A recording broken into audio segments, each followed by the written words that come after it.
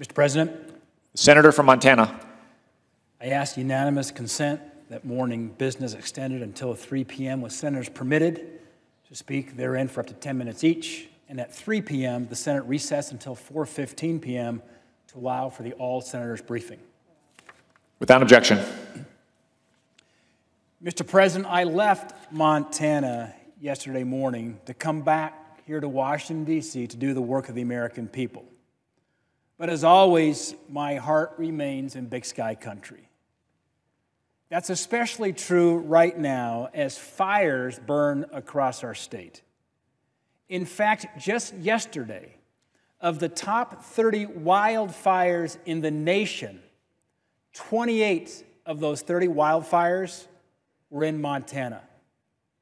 Our crisis in Montana isn't water. It's not too much water. It's not hurricanes. It's fire.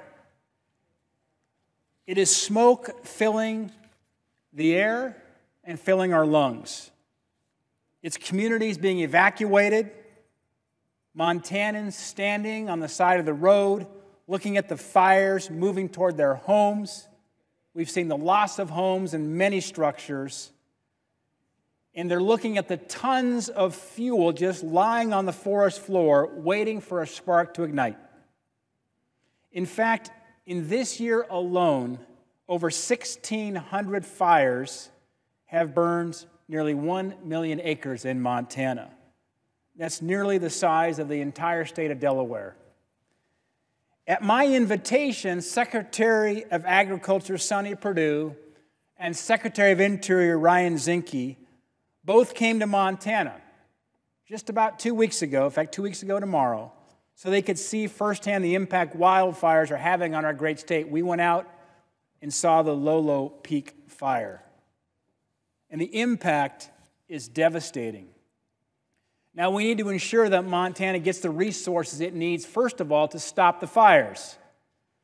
I'm very grateful to the men and women who are risking their lives to fight these fires, going on virtually very little sleep, living in tents, fighting these fires. The firefighters battling on the ground, they're away from their families, they're giving everything to protect our lives, our lands, and our property.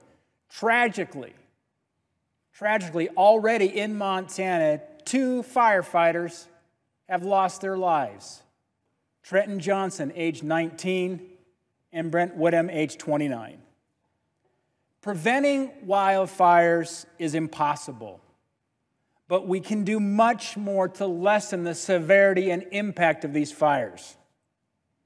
7 million federally controlled acres in Montana are at high risk for wildfire.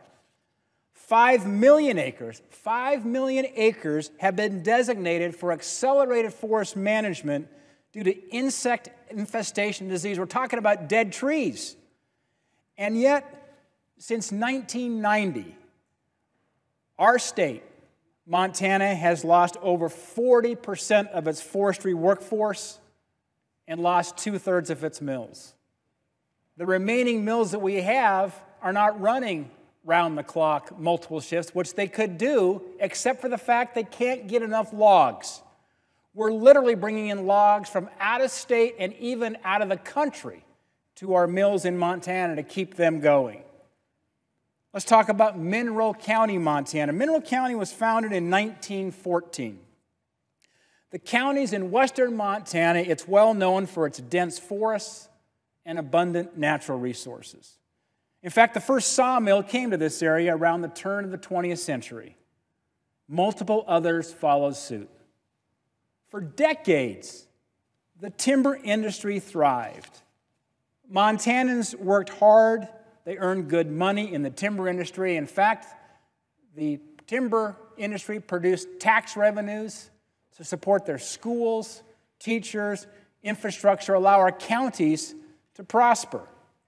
But in the early 1990s, things changed. Across the state of Montana, environmental lawsuits became a barrier to timber contracts that were awarded to Montana's small businesses. A community that once thrived on the abundant resources surrounding them now sits with one of the highest unemployment rates in the state.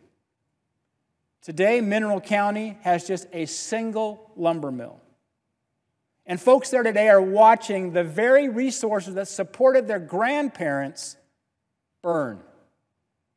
In fact, in Mineral County alone, over 25,000 acres have been torched this fire season, and the fires continue to burn. In fact, the weather outlook for September continues with above normal temperatures, below normal precipitations. This fire season is not over. We're going to be in it for quite some time. And the mismanagement of our federal forests and these radical environmentalists have prevented hardworking Montanans from having jobs, and this just adds more fuel, literally, to these wildfires. Our inability to act and treat these acres further deteriorates the health of our forests and the communities that desperately depend on them.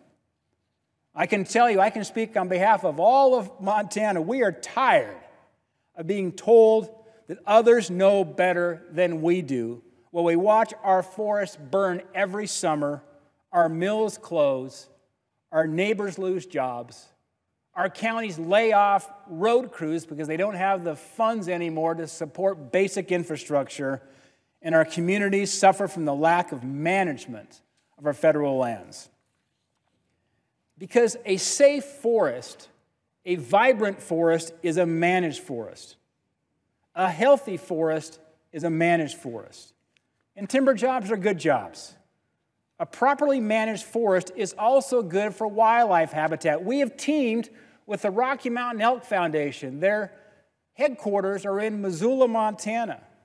If you want to see more elk, you want to see more wildlife, you need to manage the forest. It's good for wildlife habitat, good for water quality, because a wildfire is devastating to the watershed. Because what happens, the wildfires come through, they wipe out the trees, they wipe out the grasses, and then when the spring rains come, when the snow melt comes in the spring, you see tremendous erosion and devastation of fish habitat and losing good sources of water for our communities.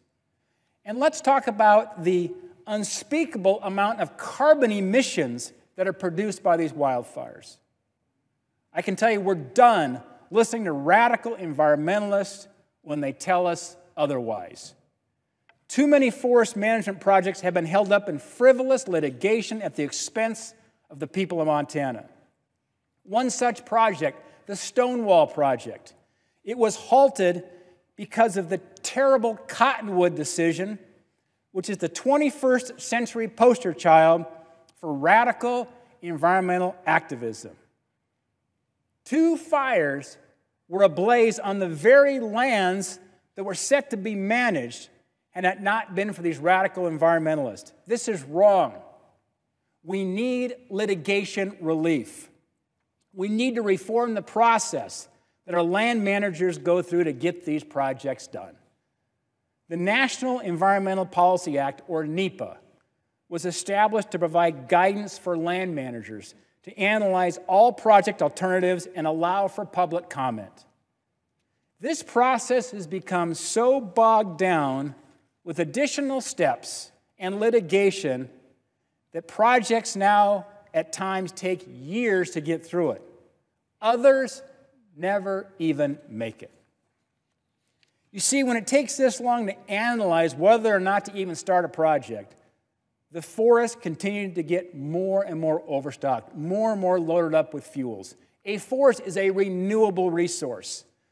But if you do not manage the forests, they become unhealthy. They become prone to wildfire. Something needs to be done to streamline the process while allowing more collaboration between stakeholders. We can't wait any longer.